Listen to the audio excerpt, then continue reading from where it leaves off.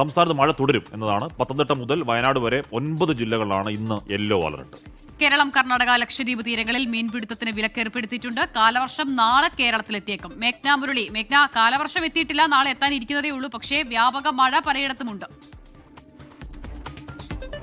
അത് അങ്ങനെ തന്നെയാണ്. കാലവർഷം നാളെ എത്തുമെന്നുള്ളതാണ് കേന്ദ്ര കാലാവസ്ഥാ വകുപ്പിന്റെ മുന്നേയുള്ള ഒരു പ്രവചനം. പക്ഷേ അത് വൈകാനുള്ള ഒരു സാധ്യതയുണ്ട് എന്നുള്ളതാണ് കേന്ദ്ര കാലാവസ്ഥാ വകുപ്പ് നിലവിൽ പറയുന്നത്. കാലവർഷം കുറച്ചുകൂടി വൈകിയായിരിക്കും ഇത്തവണ കേരളത്തിൽ എത്തുക എന്നുള്ളതാണ് പറയുന്നത്. കഴിഞ്ഞ വർഷം ഈ സമയമാവുമ്പോഴേക്കും നമുക്ക് കാലവർഷ മഴ ലഭിച്ചു തുടങ്ങിയിരുന്നു.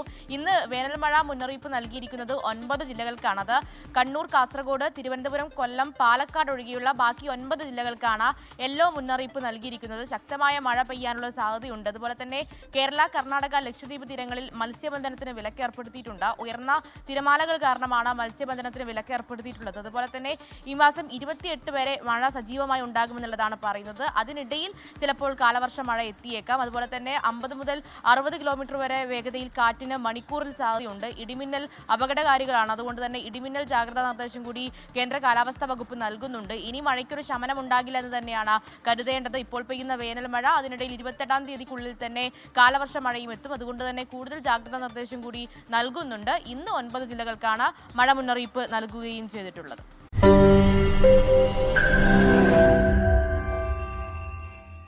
ലോകത്തെവിടെയായാലും ഏത് സമയത്തും 24 വാർത്തകളും ഓഗ്മെന്റഡ് റിയാലിറ്റി പാക്കേജുകളും എക്സ്പ്ലെയിനറുകളും വിശദമായി കാണാൻ ഞങ്ങളുടെ യൂട്യൂബ് ചാനൽ നിങ്ങൾക്ക് സബ്സ്ക്രൈബ് ചെയ്യാം.